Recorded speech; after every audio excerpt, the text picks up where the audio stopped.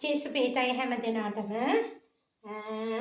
අද දවසේ මම ඔයාලත් එක්ක බෙදා ගන්න හදන්නේ බයිබලයෙන් හෙළිදරව් කරන ක්‍රිස්තියානි ධර්මයේ මූලික අංගයක් වන හෙළිදරව්ව පිළිබඳව කාරණා කිහිපයක් ඔබ සමග බෙදා ගන්න සූදානම් වෙනවා.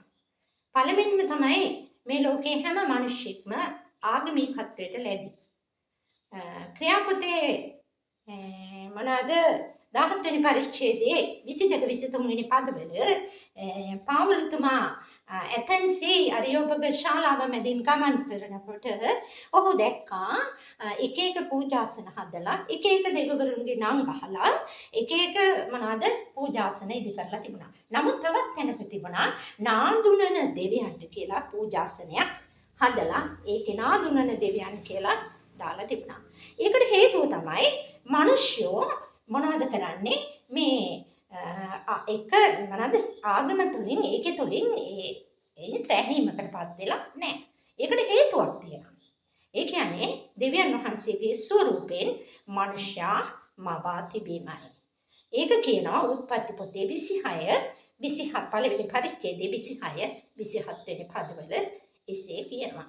එහෙනම් මම අද බෙදා ගන්න කැමති සැබෑ ආගමක් වෙන්ට මොනවද ඕන කාරණා තුනක් ප්‍රධාන කාරණා තුනක් තියෙනවා. එහෙනම් මොනවද ඇදහිල්ලට පදනම් මොන දෙවියන් වහන්සේ පිළිබඳ දෙවියන් පිළිබඳව නිවැරදි දැක්මක් වෙන්න ඕන. පළවෙනි දේ. දෙවෙනි දේ තමයි ඒට පක්ෂ වෙන මනුෂ්‍ය කොට්ටාශයක් කණ්ඩායමක් සිටිය යුතුයි. තුන්වෙනි දේ තමයි ගැළවීම නැතහොත් සදාතන ජීවනයේ ලැබෙන නිවැරදි දැක්මක් ඇති මාර්ගයක් තිබිය යුතුයි.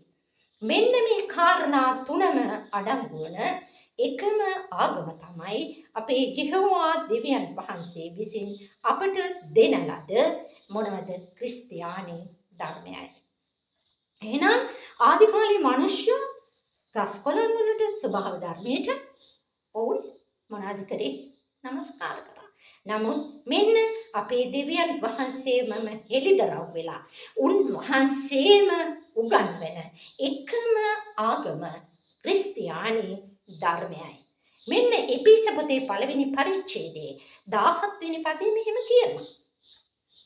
එසේ කරන්නේ මහිමේ පියාණන් වෙන අපගේ ස්වාමී වූ යේසු ක්‍රිස්තුස් වහන්සේගේ දෙවියන් වහන්සේ උන්වහන්සේ ගැන දැන ගැනීමට ප්‍රඥාවේද එළිදරව් කිරීමේද ආත්මයක් නුඹලාට දෙන ලෙස.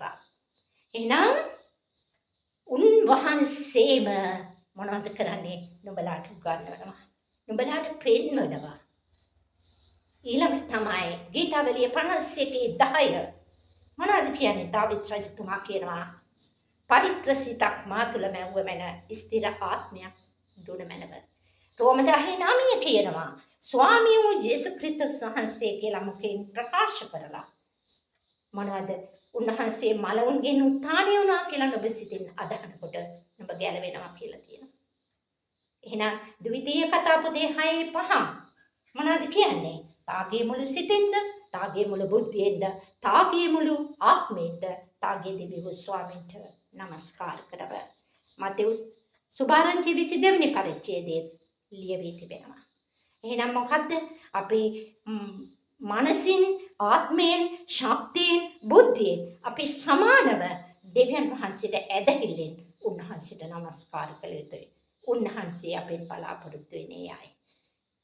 ඉතින් මම අද දවසේ ඔබට කියන්න කැමතියි අපි ඉගෙන ගත්ත කාරණා එළිදරව්ව පිළිබඳ දෙවියන් වහන්සේ උන්වහන්සේම එළිදරව් වෙලා අපට උගන්වන කාරණා අප අවබෝධ කරගත්ත නිසා ස්තුතිවන්ත වෙනවා. ඔබ සැමට ජේසු පිහිටයි.